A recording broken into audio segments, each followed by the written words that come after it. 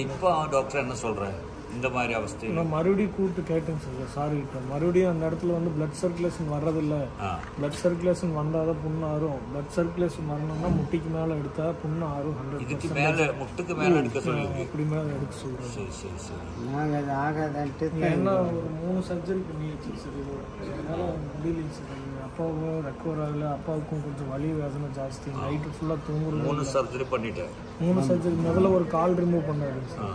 அதுக்கப்புறம் அதை மூடணும் அப்படின்ட்டு ஒரு பண்ணி அது மூடாமல் போயிடுச்சுங்க சார். அதுக்கப்புறம் மறுபடியும் அது மூடாமல் போனதுனால மறுபடியும் கட் பண்ணி எடுத்து மூடினாரு.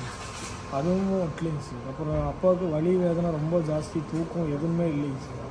அப்பாவே தனியாக உட்காந்து அழுகிற மாதிரி எல்லாமே. அவரோட வலி இந்த வயசுக்கு வலி வேதனை ரொம்ப வந்து ஜாஸ்தியாக தாங்கிட்டாங்க. சரி, நான் சொன்னபடியெல்லாம் நீங்கள் ரெகுலராக வந்துட்டா இந்த காலு இனி கட் பண்ணாமலே சரியாக்க முடியும். இங்கே வெறியா சொன்னபடியெல்லாம் பண்ணுவான் ஐயா முடியும். நீங்கள் யாரு இருக்கு? மனைவியா? அம்மா நான் சொன்னபடியெல்லாம் பண்ண முடியுமா? முடியும். நீங்கள் யாரு? பொண்ணு. நீங்கள் பையன். சரி, இனிமே நீங்கள் கவலைப்பட வேண்டாம். நானா சொல்கிறேன். நீங்கள் தைரியமாக இப்போவே கால் கட் பண்ணி அப்படி ஆக்கி வச்சுருக்கு. இனி முட்டுக்கு மேலே கட் பண்ண சொல்லியிருக்கு. கட் பண்ண வேண்டாம், சரியாயிடும்.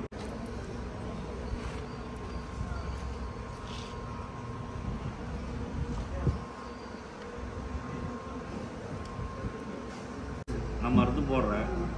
இனி இல்லை, விட்டுடு. வெளியில்லை.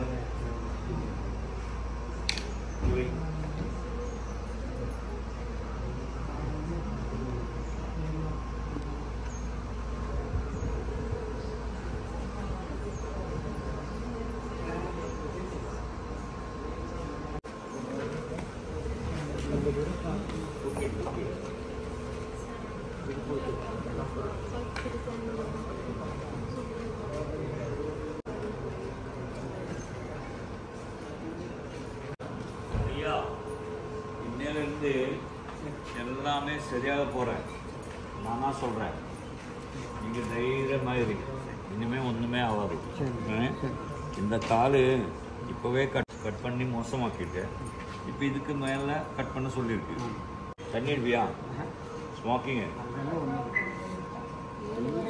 இதெல்லாம் என்ன இம்மாதிரி ஏதாவது சாப்பிட்டுன்னு இனி தெரிஞ்சுட்டா உனக்கு ட்ரீட்மெண்ட்டே கிடைக்காது. புரிஞ்சா? இனிமேல் அந்த மாதிரி எதுவுமே இல்லை. உனக்கு கால் முக்கியமாக, உயிர் முக்கியமாக, எல்லாமே நீ தான் டிசைன் பண்ணணும். பொண்டாட்டி குழந்தைங்களெல்லாம் உனக்காக இப்படியே பண்ணிகிட்டே இருக்கு. நீ கூட நினச்சா மட்டும்தான் இது சரியாயிடும். கடவுள் நினச்சாலும் சரியாகாது. நான் நினச்சாலும் சரியாகுது. நீயே நினைக்கணும். புரிஞ்சுச்சா? தைரியமாக இருக்கு.